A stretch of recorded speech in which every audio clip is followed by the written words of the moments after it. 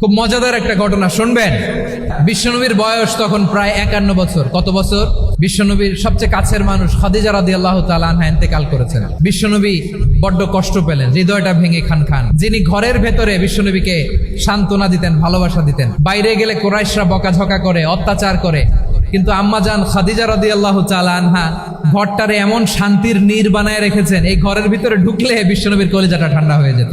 এজন্য রব্বুল আলামিন বলেন, খাদিজা, ও আমার বান্দি খাদিজা, জান্নাতে এমন স্পেশাল একটা ঘর আমি তোমার জন্য রেডি করে রেখেছি। ওই ঘরের মধ্যে কোনো আওয়াজ নাই, ওই ঘরের মধ্যে কোনো নয়েজ নাই, ওই ঘরে কোনো বিশৃঙ্খলা নাই।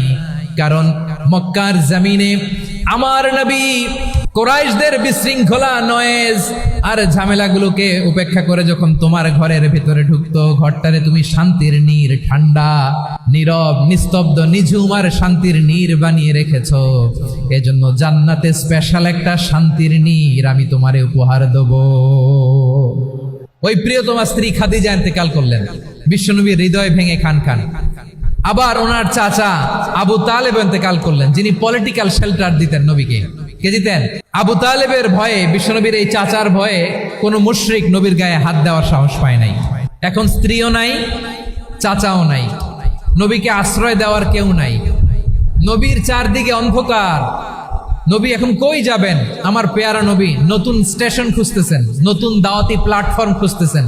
তিনি যায়েদ বিন হারেসা রাদিয়াল্লাহু তাআলা আনহুকে নিয়ে মক্কার পাশের একটা নেইবরিং সিটি তায়েফে চলে গেলেন। কোথায় চলে গেলেন? লালমনিরহাটের ভাইয়ের আওয়াজ করে বলেন, কোথায় গেলেন? তায়েফে চলে গেলেন দিনের দাওয়াত দেওয়ার জন্য। কি দেওয়ার জন্য? নাকি জমি কিনতে গেছিলেন? জমি কিনতে, দুনিয়ার যশ খ্যাতির জন্য, নিজের কোনো লাভের জন্য? তায়েফবাসীদেরকে জাহান্নামের আগুন থেকে বাঁচানোর জন্য। আওয়াজ করে বলতে হবে, ঠিক কিনা? বিশ্বনবী বিশাল মরুপথ, পাহাড়ি পথ পাড়ি দিয়ে তায়েফের মরুজমিনে গেলেন কোরআনের দাওয়াত নিয়ে, ইমানের দাওয়াত নিয়ে। কিন্তু তায়েফের লোকেরা বিশ্বনবীর দাওয়াতকে শুধু প্রত্যাখ্যান করেই থামে নাই, তারা বিশ্বনবীর সাথে অত্যন্ত খারাপ আচরণ করেছে।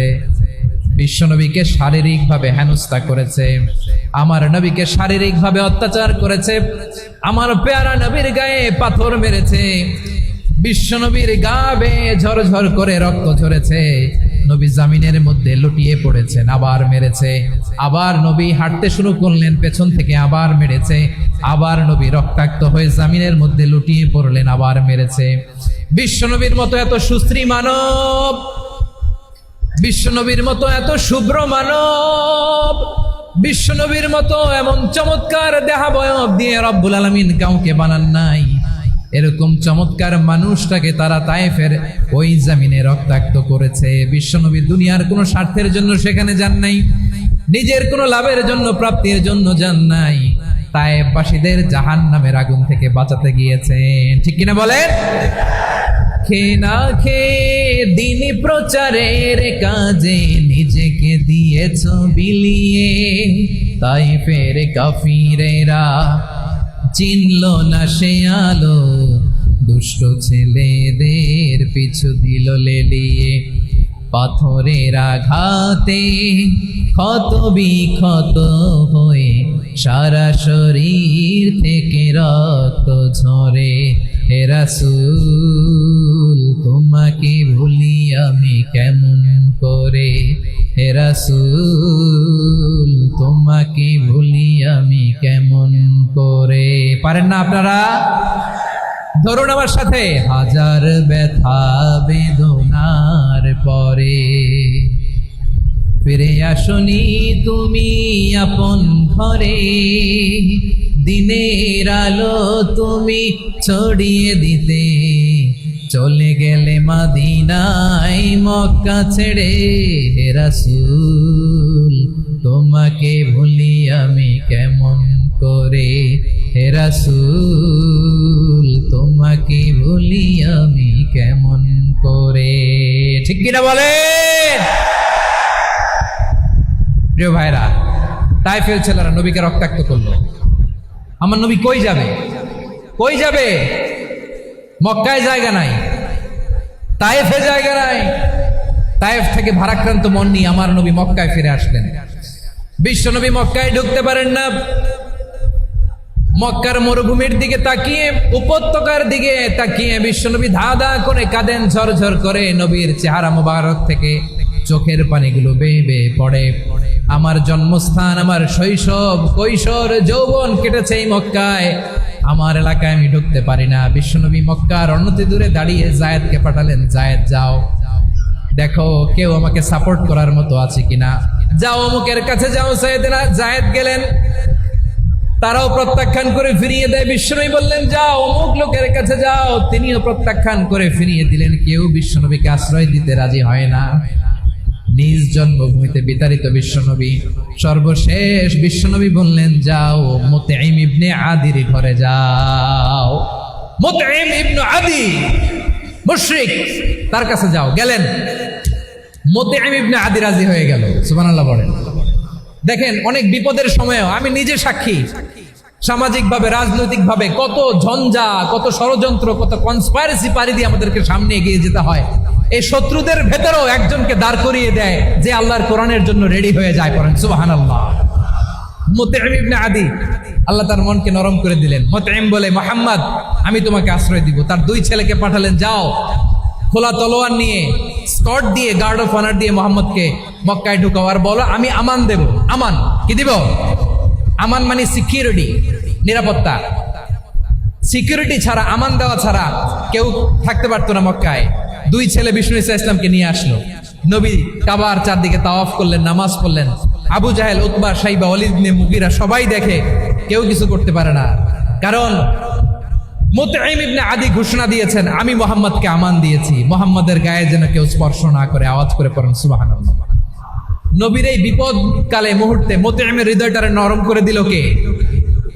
আচ্ছা লালমনিরহাটের ভাইরা বলেন, এই মুতঈম কি মুসলিম ছিল না মুশরিক? সবাই বলতে হবে মুসলিম না মুশরিক? তাহলে মুশরিকের কাছ থেকে নবী পলিটিক্যাল অ্যাসাইলাম, আধুনিক রাষ্ট্রবিজ্ঞানের ভাষায় পলিটিক্যাল অ্যাসাইলাম যেটাকে বলে, রাজনৈতিক আশ্রয়, ওনার আমান বা নিরাপত্তার এই ঘোষণায় তিনি মক্কায় ঢুকলেন। যতদিন নিরাপত্তা ছিলেন।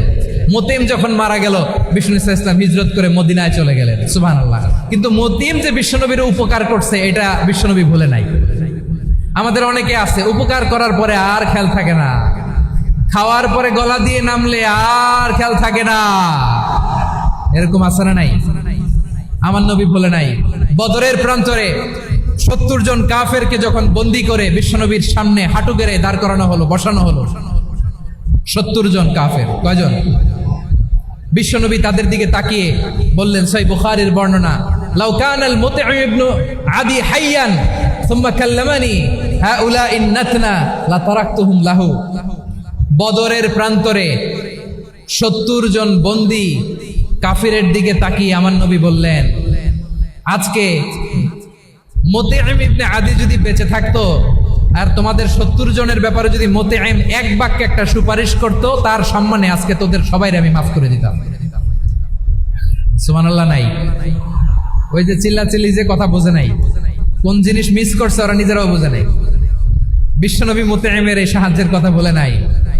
70 জন মুশরিক হাঁটু গেড়ে বসা, নবী চাইলে এখনই এক্সিকিউশন অর্ডার দিতে পারে। তিনি বললেন, আজকে যদি মুতঈম বেঁচে থাকতো আর মুতঈম যদি তোদের জন্য সুপারিশ করতে, এই আবর্জনাগুলোর ব্যাপারে সুপারিশ করতে, আমি মুহূর্তেই তোদেরকে এমনি মাফ করে দিতাম।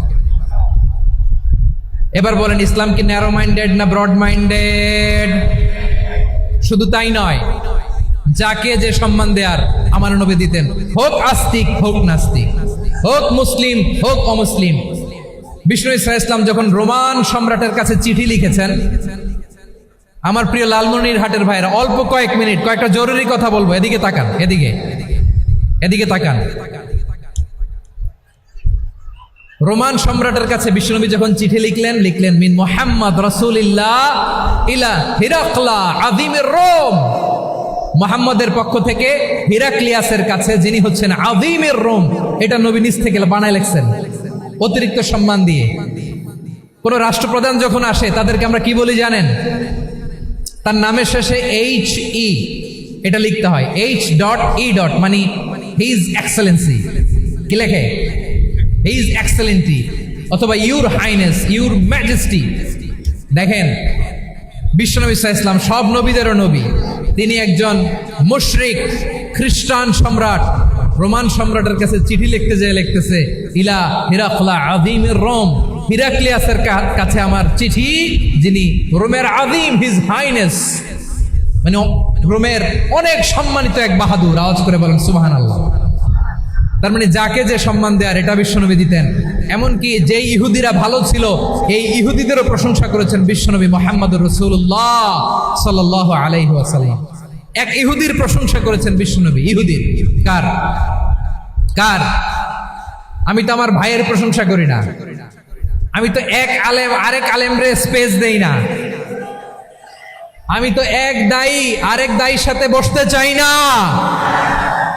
আমার নবী ইহুদির প্রশংসা করে। কার প্রশংসা? ওই ইহুদির নাম ছিল মুখাইরিক। সিরাত গ্রন্থ ঘাটলে পাবেন। তিনি বলেছেন মুখাইরিক খাইরু ইয়াহুদ, Mukhairiq is the best of the Jews, জুইসদের মধ্যে সে সবচেয়ে ভালো। কেন প্রশংসা করলেন তার? এর কারণ মদিনা চার্টারে কথা ছিল সব ধর্মের মুসলিম মুশরিক ইহুদিরা মিলে মদিনাকে রক্ষা করবে।